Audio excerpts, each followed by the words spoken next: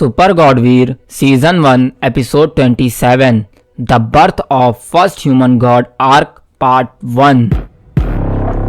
तो दोस्तों, the birth of first human god arc को शुरू करने से पहले हम एपिसोड 6 एंड 7 का रिकैप कर लेते हैं। तो दोस्तों, एपिसोड 6 और 7 में हम लोग ने देखा था कि वीर रहजा होली एंजल को अपने साथ मर्ज करने के बाद भी नोबल नाइट को नहीं हरा पा रहा था, क्योंकि नोबल नाइट एक सुपर डिफाइड था और वीर बस एक हाफ डिफाइड था, जिसकी वजह से वीर सबके सामने नोबल नाइट के द्वारा ब्लास्ट होकर मार दिया जाता है। लेकिन कुछ एपिसोड्स के बाद यानी एपिसोड 16 और 17 में वीर रहजा की एक धमाकेदार एंट्री होती है और वो आते ही सारे डेविल्स को मार देता है और ह्यूमंस को बचा लेता है और उसके सामने सुपर डिफाइड तक भी नहीं टिक पा रहे थे। और फिर हमें पता चलता है कि वीर रहजा गॉड लेवल का वैरियर बन चुका है और वो ह्यूमन रेस का फर्स्ट ह्यूमन गॉड है और वो जीन यूनिवर्स का अब तक का सबसे पावरफुल गॉड है। और उसके सामने हाफ रियल गॉड भी कुछ नहीं है, क्योंकि वो भी वीर के हाथों गॉड्स की सिविल वॉर में मारा जाता है। और फिर उसके बाद लगभग 12 या 13 साल का लीप होता है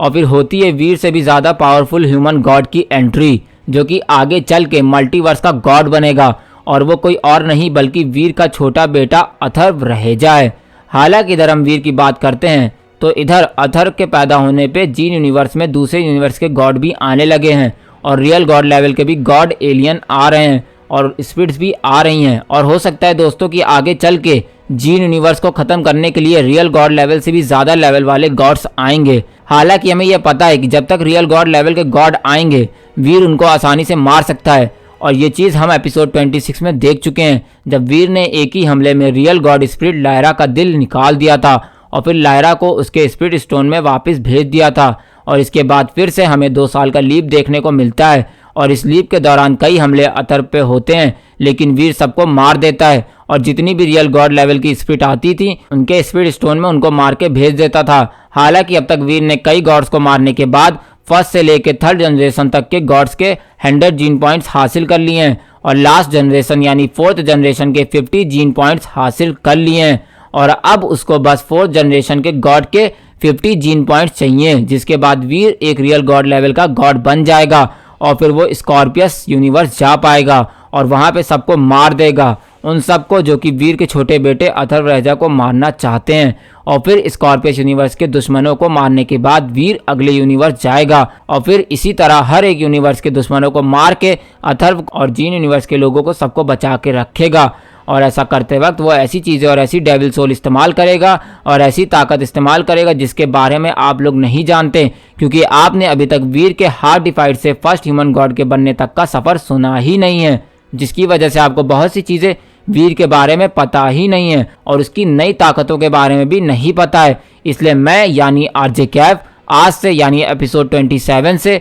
आपको वीर रहजा के द फर्स्ट ह्यूमन गॉड बनने के सफ़र को सुनाऊंगा। इसलिए ईयरफोन्स लगा लीजिए और तैयार हो जाइए वीर रहजा स्टोरी की New York the birth of first human god arc को सुनने के लिए। लेकिन इसको सुनने से पहले दोस्तों, अगर आपने पुराने एपिसोड नहीं सुने तो सुन लीजिए, वरना आपको ये स्टोरी समझ नहीं आएगी। और हाँ, अगर अभी तक आपने चैनल को सब्सक्राइब नहीं किया है तो कर लीजिए, जिससे आप लेटेस्ट एपिसोड सबसे पहले सुन पाओ। और हाँ, आप सब लोग मेरे इंस्टाग्राम और टेलीग्राम चैनल RJKFM को भी सब्सक्राइब कर लो, जिससे आप मुझसे कभी भी और कहीं भी स्टोरी को लेकर बात कर पाओ और अपने डाउट्स क्लियर कर पाओ और इंस्टाग्राम पे आने वाली इंटरेस्टिंग रील्स को भी देख पाओ, जो कि बहुत जल्द इंस्टाग्राम पे आने वाली हैं। ओके ठीक है दोस्तों, चलो अब ज़्यादा टाइम वेस्ट ना करते हुए the birth of first human god arc को शुरू करते हैं। Let's begin.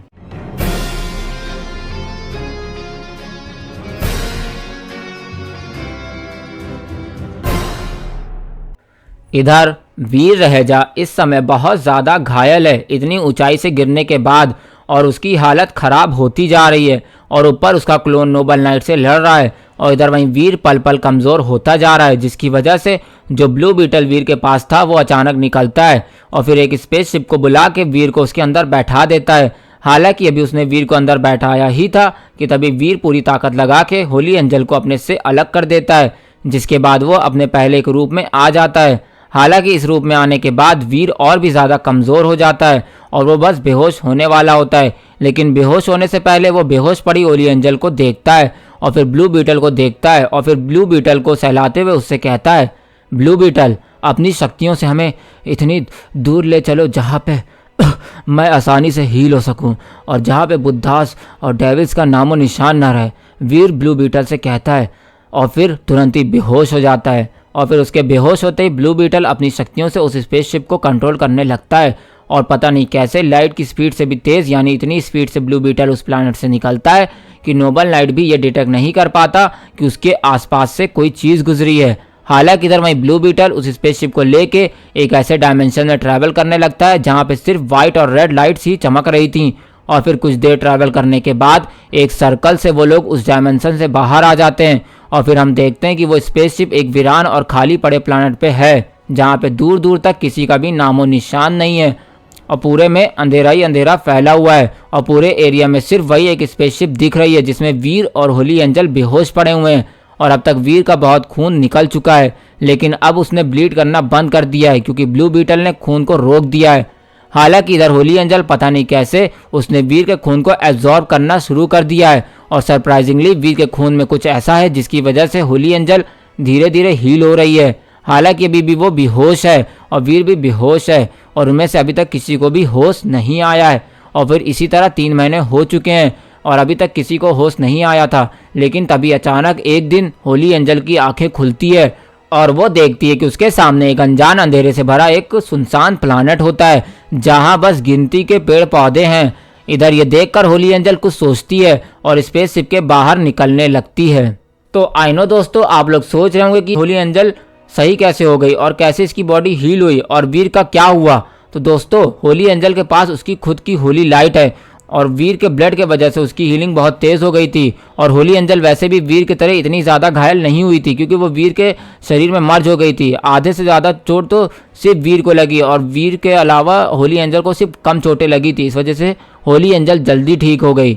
तो इधर होली एंजल स्पेसशिप के बाहर आती है और उड़ते हुए आसपास के प्लैनेट्स को एक्सप्लोर करने लगती है जहां उसको आसपास के प्लैनेट्स पर ह्यूमंस दिखते हैं। तभी वो देखती है एक दूर प्लैनेट से लाइट की बीम उठ रही होती है और वो कुछ जानी पहचानी लगती है। तो होली एंजल उसकी तरफ जाती है और उस प्लैनेट पर एंटर करती है। तभी वो देखती है कि वहाँ पर ह्यूमंस की एडवांस सिटी होती है जहाँ ह्यूमंस इवॉल्व होकर एक अलग ही लेवल पर होते हैं। और फिर तभी होली एंजल समझ जाती है कि प्लैनेट अर्थ है। हालांकि तभी उसकी नज़र उस लाइट बीम पर पड़ती है जहाँ बड़े बड़े वर्ड में लिखा होता है the great first human god Veer Raheja. Holi angel name plate पे लिखे हुए शब्द को पढ़ती है और फिर तभी उसकी नज़र उस स्टैचू के मुंह पर पड़ती है जिसको देखकर होली एंजल शॉक हो जाती है। तो हाँ दोस्तों, ये स्टैचू किसी और का नहीं, the one and only our hero the first human god Veer Raheja का है। ओके, इधर होली एंजल उस स्टैचू को देख कर शॉक हो जाती है और वहीं फ्रीज हो जाती है। लेकिन तभी अचानक से उससे एक छोटी बच्ची आकर टकरा जाती है और होली एंजल देखती है कि उसके पास एक ह्यूमन जैसी बॉडी है पर उसके पास विंग्स भी हैं जैसे वो कोई एंजल हो। इधर वहीं लड़की को देखकर थोड़ी देर तो होली एंजल सोच में पड़ जाती है। फिर वो उस लड़की से पूछती है, बेटा तुम कौन हो? और इधर तभी वो लड़की अपनी प्यारी सी आवाज़ में बोलती है, आंटी मेरा नाम सृष्टि रहेजा है। वो छोटी बच्ची बोलती है। इधर वहीं होली एंजल ये सुनकर कुछ सोचने लग जाती है और वो बोलती है, बेटा आप अकेले यहाँ क्या कर रही हो? आपके मम्मी पापा कहाँ हैं? होली एंजल सृष्टि रहेजा से सवाल करती है। तो ये बात सुनकर वो बच्ची बोलती है, मैं कोई छोटी बच्ची नहीं हूँ। आपको क्या लगता है कि आप लोग लंबे हैं तो आप बड़े हैं? मेरे पास भी 12 ड्यूक जीन हैं, अब मैं भी बड़ी हो गई हूँ, सृष्टि रहेजा बोलती है। और इधर मैं ये बात सुनकर होली एंजल हंसने लगती है और फिर उस शहर को एक्सप्लोर करने लगती है। और फिर कुछ दिनों तक शहरों को एक्सप्लोर करने पर उसको पता चलता है कि जीन यूनिवर्स की ओनरशिप वीर रहेजा ने 200 साल पहले ही हासिल कर ली थी और रहेजा फैमिली को जीन यूनिवर्स के सबसे सुप्रीम और पावरफुल फैमिली बना दिया है। और वीर रहेजा ने अब तक पूरी मल्टीवर्स के आधे से ज़्यादा यूनिवर्स को जीत लिया है और अब बस कुछ ही यूनिवर्स बाकी हैं मल्टीवर्स के, जिसके बाद रहेजा फैमिली और ह्यूमंस पूरे जीन यूनिवर्स में ही नहीं बल्कि पूरे के पूरे मल्टीवर्स पर राज करेंगे। हालांकि बात की जाए इस समय कौन रहेजा फैमिली और जीन यूनिवर्स का लीडर है, तो वो है रहेजा फैमिली के लीडर ध्रुव रहेजा, जो कि चीकू यानी कि अंश रहेजा का तीसरा बेटा है और वो भी जल्द ही रियल गॉड बनने वाला है। और हाँ, वीर, चीकू, अथर्व, रूहानी, बारबी यानी इन सब की फैमिलीज, मतलब चीकू के 2 बेटे और अथर्व के 2 बेटे और बारबी के और रूहानी के भी, यानी रहेजा फैमिली के आधे से ज़्यादा लोग जीन यूनिवर्स छोड़ के अगले यूनिवर्स में जा चुके हैं। और ध्रुव भी जल्दी रियल गॉड बनने वाला है और फिर वो भी दूसरे यूनिवर्स चला जाएगा। ये सब जानकारी होली एंजल को मिलती है और ये सब जानने के बाद होली एंजल को बहुत बड़ा शौक लगता है और वो कुछ देर वहीं खड़ी हो जाती है और फिर वो अपने आप को संभालने के बाद ध्रुव राजा के मेंशन पे पहुंचती है, जहां ध्रुव राजा होली एंजल को देखकर शॉक हो जाता है और फिर वो बोलता है एंजल्स क्वीन, ध्रुव बोलता है, और फिर अपने घुटनों पे आ जाता है क्योंकि वो जानता है कि होली एंजल यानी एंजल्स क्वीन वीर राजा की सबसे खास साथी थी और वो हमेशा उसके ग्रैंडफादर के साथ रहती थी और उन्होंने उसकी ग्रैंडफादर यानी ह्यूमन गॉड को कई बार बचाया है। इसलिए ध्रुव राजा होली एंजल के सम्मान में घुटनों पे बैठ जाता है। हालांकि तभी उसको महसूस होता है कि उसके सामने खड़ी एंजल्स क्वीन की पावर बहुत कमज़ोर है, जिसकी वजह से ध्रुव तुरंत होली एंजल से सवाल करता है, एंजल क्वीन आपकी पावर इतनी कम कैसे है? आप तो मेरे डैड जितनी पावरफुल हैं, तो आप इतनी कमज़ोर कैसे नज़र आ रही हैं? और हाँ, दूसरे यूनिवर्स में जाने के बाद आप वापस इस यूनिवर्स में क्यों आई हैं? ध्रुव राजा सवाल करता है और उसके इन सवालों को सुन के होली एंजल और भी ज़्यादा कंफ्यूज हो जाती है। लेकिन तभी उसको याद आता है कि वो तो गलती से टाइम में 200 साल आगे आ गई है। इसका मतलब होली एंजल एक रियल गॉड बन के दूसरे यूनिवर्स जा चुकी है, यानी मैं एक दूसरे यूनिवर्स जा चुकी हूँ। होली एंजल को ये सब समझ आता है, जिसके बाद वो ध्रुव को देखते हुए कहती है, ध्रुव राजा मैं वो होली एंजल क्वीन नहीं हूँ जो कि एक रियल गॉड बन के जा चुकी है दूसरे यूनिवर्स, बल्कि मैं वो एंजल क्वीन हूँ जो कि 200 साल पीछे से टाइम ट्रैवल करके आई हूँ। यानी कि मैं उस वक्त की हूँ जब ह्यूमंस जीन यूनिवर्स पे राज नहीं करते थे और एक बहुत छोटी और कमज़ोर रेस से बिलोंग करते थे और वीर राजा गॉड भी नहीं बने थे। मैं उस वक्त से आई हूँ, यानी मैं 200 साल पहले वाली होली एंजल हूँ, ना कि एंजल क्वीन। मुझे तो अभी ये टाइटल भी मिला नहीं है और मैं अभी बस एक डिफाइड हूँ, होली एंजल ध्रुव राजा से कहती है। और उसकी बात सुन के ध्रुव राजा सोच में पड़ जाता है और फिर थोड़ी देर सोच में डूबे रहने के बाद उसे अपने पापा और अपने भाइयों की कही हुई बात याद आती है कि उसके पापा और उसके भाई उससे ये कह के गए थे कि कुछ समय बाद तुम्हारे पास एक होली एंजल नाम की एंजल आएंगी, जो कि कोई और नहीं बल्कि एंजल क्वीन होंगी, जो कि 200 साल पहले वाली एंजल क्वीन रहेंगी और उनके पास एक डिफाइड की पावर रहेगी और उनके आने के बाद तुम्हें उनकी सारी बातें माननी होंगी, क्योंकि उनके साथ तुम्हारे ग्रैंडफादर यानी ह्यूमन गॉड वीर राजा भी आएंगे, जो कि बहुत घायल होंगे और तुम्हें उनके उठने के बाद उनका साथ देना रहेगा और उनको किसी भी हालत में मरने नहीं देना होगा, क्योंकि अगर वो मर गए तो हमारा फ्यूचर वैसा नहीं होगा जैसा अभी है। इसलिए तुम्हें अपने ग्रैंडफादर की छुप छुप के मदद करते रहना होगा और तुम्हें किसी को भी ये नहीं पता चलने देना होगा कि हाफ डिफाइड लेवल वाला वीर राजा टाइम ट्रेवल करके आया है, इसलिए तुम उनको अपने साथ भी नहीं रखोगे, क्यांस कहता है ध्रुव से। और फिर इतना कहने के बाद दूसरे यूनिवर्स चला जाता है। तो दोस्तों ये सब बातें ध्रुव राजा को याद आती हैं और फिर वो होली एंजल से कहता है, एंजल क्वीन आप दिक्कत ना लीजिए, मुझे मेरे डैड ने पहले ही बता दिया था कि आप लोग आएंगे, इसलिए आप चिंता मत करिए। द गॉड ध्रुव राजा आपके साथ है और वो आपकी पूरी मदद करेगा मेरे ग्रैंडफादर यानी ह्यूमन गॉड को हील करने में, ध्रुव कहता है। और इधर वहीं होली एंजल ध्रुव की बात सुन के उसकी बातों को समझ जाती है और फिर वो ध्रुव से कहती है, ध्रुव मुझको बस ये जानना है कि इन 200 सालों में क्या हुआ और वीर और मेरे यानी होली एंजल के साथ क्या हुआ। होली एंजल पूछती है ध्रुव से और इधर ये बात सुनकर ध्रुव थोड़ी देर कुछ सोचता है और फिर एक एक करके होली एंजल को सब बातें बता देता है, जिसको सुनकर होली एंजल कुछ टाइम के लिए वहाँ फ्रीज हो जाती है और सोच में पड़ जाती है। और इधर वहीं ध्रुव होली एंजल से कहता है, एंजल क्वीन मुझे एक बॉक्स दिया गया था जिसे मुझे आपको देना है, ध्रुव कहता है और फिर अपने पास से एक बॉक्स निकालता है और उसको होली एंजल को दे देता है और उस बॉक्स में पंख के 4 पेयर होते हैं। और फिर ये देखकर होली एंजल सोचने लग जाती कि इसमें से तो मेरे जीन विंग्स की एनर्जी निकल रही है, पर ये इतनी स्ट्रांग है कि मैं खुद उसको कंट्रोल नहीं कर पाऊंगी। ये बात सोचकर जैसे ही होली एंजल उस विंग को टच करती है तो वो पंख मेल्ट होके होली एंजल के माइंड में चले जाते हैं। और फिर तभी आपने होली विंग्स एब्जॉर्ब करा है, आपको एक सीक्रेट गॉड टेक्निक मिली है, आपने सीक्रेट गॉड विंग एब्जॉर्ब करा है, आपको कुछ इन्फॉर्मेशन हासिल हुई है। ये सब सुनकर होली एंजल उस इन्फॉर्मेशन को पढ़ने लगती है और फिर उसको पढ़ने के बाद उसके फेस पर एक स्माइल आ जाती है और वो वहाँ से जाने लगती है। तभी ध्रुव बोलता है, मिस एंजल क्वीन आपको इससे क्या पता चला? क्या इसमें आगे के यूनिवर्स में जाने का कोई राज है या कोई रास्ता है? ध्रुव पूछता है होली एंजल से। इधर उसकी ये बात सुनकर होली एंजल बोलती है, नहीं ध्रुव, इसमें बस मेरे जीन से रिलेटेड कुछ इन्फॉर्मेशन है जो कि सिर्फ एंजल परिवार के लोग यूज़ कर सकते हैं, होली एंजल कहती है। और फिर इधर ये सुनकर ध्रुव सोचने लगता है और होली एंजल वहाँ से जाने लगती है। तभी वो रुकती है और पूछती है कि वीर के जाने के बाद से तुम लोग जीन यूनिवर्स से ट्रैवल कैसे करते हो? और फिर तभी ध्रुव बोलता है, एंजल क्वीन ग्रैंडफादर वीर जब ह्यूमन गॉड बनकर आए थे तब उन्होंने इस पूरे जीन यूनिवर्स को अपने कंट्रोल में करके इस जीन यूनिवर्स और पृथ्वी के छोटे से यूनिवर्स को जोड़ दिया था और फिर कई सारे पोर्टल बनाए थे जिससे हम बहुत आसानी से ट्रैवल कर सकें।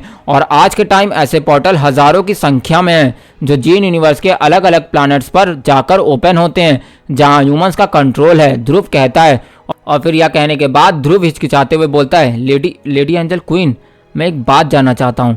होली गॉड्स के जाने के बाद से कई सालों तक कोई एंजल नहीं दिखी थी और आप आज आई हैं, तो क्या एंजल्स अभी तक जिंदा हैं और क्या वो कोई सीक्रेट जगह पर रहते हैं? ध्रुव पूछता है और उसकी ये बात सुनकर होली एंजल बोलती है, लास्ट टाइम क्या? तभी ध्रुव बोलता है, लास्ट फाइट में ह्यूमंस का साथ देने के लिए कई सारी एंजल्स आई थी जिन्होंने ह्यूमंस के साथ मिलकर डेविल्स और दूसरे यूनिवर्स की आर्मीज को हराने के लिए जीन यूनिवर्स की मदद करी थी। फिर उसके बाद से सब एंजल्स कहीं गायब हो गई थी और उसके बाद आज आप यहाँ पे आई हैं, ध्रुव बोलता है। और उसकी ये बात सुनकर होली एंजल का एक्सप्रेशन बदल जाता है और फिर वो कुछ सोचने लगती है। और फिर थोड़ी देर बाद वो ध्रुव से एक प्लैनेट पर जाने का एक्सेस मांगती है जो कि एक जेड आइस से बना प्लैनेट था। और फिर उसकी ये बात सुनकर ध्रुव बोलता है, एंजल क्वीन, उस प्लैनेट पर हम में से कोई नहीं जा सकता क्योंकि उस प्लैनेट पर आइस स्टॉर्म आता है जो कि इतना पावरफुल है जिसमें गॉड भी मारा जा सकता है। इसलिए वहाँ जाने के लिए हमारे पास कोई पोर्टल नहीं है, पर हाँ वहाँ से 300 लाइट ईयर दूर एक नॉर्मल प्लैनेट है जहाँ जाने के लिए पोर्टल है। वहाँ से आप अगर जेड प्लैनेट जाएंगी तो आपको डिफाइड पावर की मदद से बस 12 दिन का टाइम लगेगा, ध्रुव कहता है। और ये बात सुनकर होली एंजल उससे पास लेकर चली जाती है उस प्लैनेट की तरफ। और इधर वहीं दूसरी तरफ वीर अभी भी बेहोश था और उसके जख्म बहुत धीरे धीरे भर रहे होते हैं और बिना उसके वाइट लाइट के हेल्प के वीर को हील होने में कम से कम 10 साल लग जाएंगे या उससे ज़्यादा ही लगेंगे। इसलिए यह देखकर ब्लू बेटल खुद को छोटा करके वीर के पॉकेट में चला जाता है। इधर वहीं दूसरी तरफ होली एंजल उस प्लैनेट पर पहुंच चुकी होती है और जैसे ही होली एंजल देखती है पूरे जीन यूनिवर्स में ह्यूमन क्लेन टॉप 1 का पावरफुल क्लेन है, इसलिए यह देखकर होली एंजल खुश होती है और अपने मास्टर वीर के बारे में सोचने लगती है। तभी उसको ध्यान आता है कि उस विंग में से जो उसको इन्फॉर्मेशन मिली होती है उसमें से एक इन्फॉर्मेशन ये भी रहती है कि आइस जेड प्लैनेट पर एक आइस गॉड की लेगेसी है और उसकी ग्रेव मौजूद है और उस ग्रेव तक जाने का एक मैप भी होता है, जो देखकर होली एंजल सोचने लगती है कि आखिर ये विंग्स में से उसकी ही पावर निकल रही है, पर यह पावर एक सुपर गॉड की पावर के बराबर होती है। तभी उसके उस पेज के आखिर में लिखा हुआ है कि उस ग्रेव में एक 4th जनरेशन के रियल गॉड की पावर से बना एक जेड लिक्विड है जो कि एक जेड यूजर के लिए एक सुपर टॉनिक के बराबर है। और लास्ट में लिखा होता है कि यही जेड टॉनिक से वीर रेजा की इंजरी भी हील होगी। इसलिए यह देखकर होली एंजल सोचने लगती है आखिर ये सब हो क्या रहा है, उसको गाइड कौन कर रहा है। लेकिन फिर वो ये सब छोड़ के उस जेड आइस प्लैनेट की तरफ निकल जाती है और फिर कुछ दिन का सफ़र करने के बाद होली एंजल को अचानक से किसी का पावरफुल ऑरा फील होता है और वो रुक जाती है। फिर तभी वो देखती कि उसके आगे एक जेड ड्रैगन और एक जेड बियर फाइट कर रहे होते हैं, जिसमें जेड ड्रैगन 3rd स्टेज का डिफाइट होता है और Z beer 3rd middle level का डिफाइट होता है। और उसके अटैक के टकराने से इतना पावरफुल ऑरा निकल रहा होता है जिससे आसपास के प्लैनेट्स में क्रैक आ रहे होते हैं। और यही देखकर होली एंजल एक माउंटेन के पीछे छुप जाती है।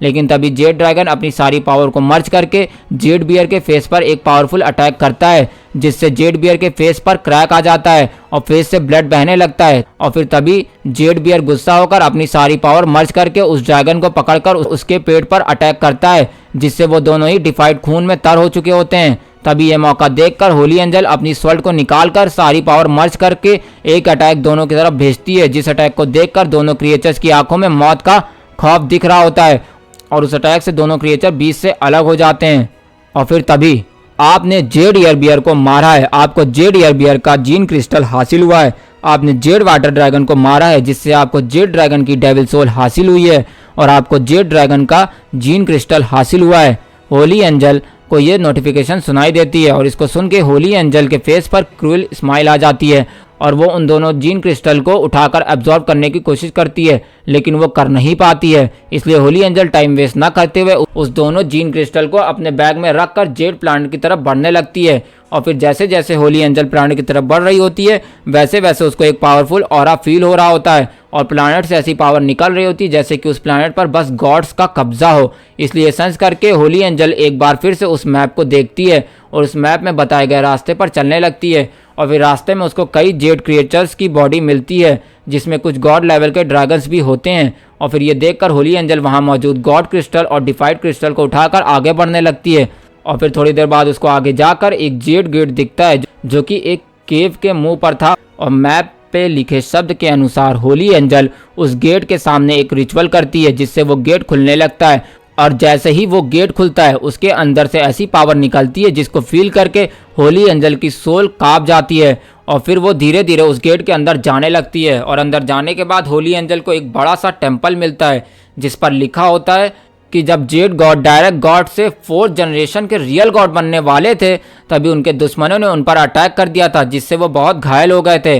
पर वो रियल गॉड बनने में कामयाब हो जाते हैं और ये देखकर वहाँ से सब भागने लगते हैं। तभी जेड गॉड अपनी सोल सेक्रीफाइस करके अपनी सोल बन करके उस पूरे प्लानट को जेड प्लानट में बदल देते हैं, जिसके बाद से सिर्फ जेड पावर का यूज़ करने वालों को छोड़ के जो भी उस प्लानट पे थे सब जेड स्टैचू में बदल गए थे और वहीं सब मर गए थे, जिसमें हज़ारों डिफाइड्स और 7 गॉड्स थे। और फिर जेड गॉड ने अपनी सोल सेक्रीफाइस करके अपने प्लैनेट्स को बचा लिया और उनकी जेड पावर की वजह से धीरे धीरे सारे जेड यूजर्स मरने लगे और ये देखकर बचे हुए जेड क्रिएचर्स ये प्लैनेट छोड़कर जाने लगे और ये प्लैनेट एक सुनसान प्लैनेट बनकर रह गया। और जो भी जेड यूज़र जो जेड गॉड की पावर एब्जॉर्ब कर पाएगा वो जेड गॉड की पावर्स और उसकी सब टेक्निक्स का मालिक होगा। ये पढ़कर होली एंजल के पैर कांपने लगते हैं और वो यहाँ से जाने का सोचती है क्योंकि उसे नहीं लगता था कि वो इस पावर को कंट्रोल कर पाएगी। लेकिन तभी उसको वीर का ख्याल आ जाता है और फिर वो मैप को फॉलो करते हुए केव के गहराई में उतरने लगती है। और फिर जैसे जैसे होली एंजल उस केव के अंदर जा रही होती है जेड पावर की वजह से उसकी बॉडी जेड स्टैचू में बदलने लगती है, पर उसके अंदर मौजूद वीर रहजा के ब्लड की वजह से सारी जेड पावर न्यूट्रलाइज होकर होली एंजल की एंजल पावर में बदलने लगती है। और फिर होली एंजल को उस जेड हवा से कोई फ़र्क नहीं पड़ रहा था और फिर धीरे धीरे चलते चलते थोड़ी देर बाद होली एंजल एक ऐसी जगह पर पहुंचती है जहां चारों तरफ बस घनी जेड एनर्जी रहती है। तभी वो देखती है उस हॉल के बीच में एक जेड स्टैचू बैठा है जिसके सामने एक ब्लू लिक्विड हवा में तैर रहा होता है। इधर उस जेड लिक्विड को देखकर होली एंजल की आंखें चमकने लगती हैं और फिर होली एंजल उस लिक्विड को छूने के लिए बढ़ती है और फिर जैसे ही वो उस लिक्विड को टच करती है उसकी फिंगर फ्रीज होकर जेड में बदल जाती है। इसलिए देखकर होली एंजल अपना हाथ पीछे हटा देती है और वीर के गोल्डन ब्लड को अपनी फिंगर पर कॉन्सेंट्रेट करने लगती है और फिर तभी उसकी जेड में बदली हुई फिंगर उस ब्लड के कांटेक्ट में आकर सही होने लगती है। इसलिए देखकर होली एंजल उस गोल्डन ब्लड को स्मोक में बदलती है और उस ब्लू लिक्विड के चारों तरफ फैला देती है, जिससे उस लिक्विड में से जेड पावर आना बंद हो जाती है। और फिर ये देखकर होली एंजल स्माइल करती है और उस जेड लिक्विड को अपने रिंग में रख लेती है और फिर उसकी रिंग एक जेड रिंग में बदल जाती है और उसमें से बहुत पावर रिलीज होने लगती है। और ये देखकर होली एंजल कुछ देर कुछ सोचती है और फिर उस प्लैनेट से बाहर निकलने लगती है और धीरे धीरे होली एंजल उस केव से बाहर निकलती है और फिर वो निकलने के बाद देखती कि उस प्लैनेट पर सारे के सारे जेड टोर्नाडो रुक गए हैं और टोर्नाडो जेड प्लैनेट अब एक नॉर्मल जेड प्लैनेट बन गया है और उसका ऑरा भी कम हो जाता है। और फिर ये देखकर होली एंजल को कुछ ना कुछ समझ आ जाता है, इसलिए फिर वो उस प्लैनेट से बाहर निकलने लगती है। लेकिन अब तक जेड प्लैनेट में होने वाले चेंजेस कुछ गॉड्स को भी फील हो चुके हैं और वो उस प्लैनेट की तरफ बढ़ने लगते हैं और इधर वहीं होली एंजल उस प्लैनेट से बाहर निकलकर पास के पोर्टल की तरफ बढ़ रही है। लेकिन तभी अचानक से उसके आसपास कुछ गॉड्स का ऑरा फील होता है और वो वहीं रुक जाती है और फिर उसके रुकते ही कम से कम 5 गॉड्स उसके सामने आके खड़े हो जाते हैं और फिर उनमें से एक गॉड अपने सामने खड़ी लड़की को देखता है जिसने वाइट कलर का आर्मर पहना हुआ है और उसका मुंह भी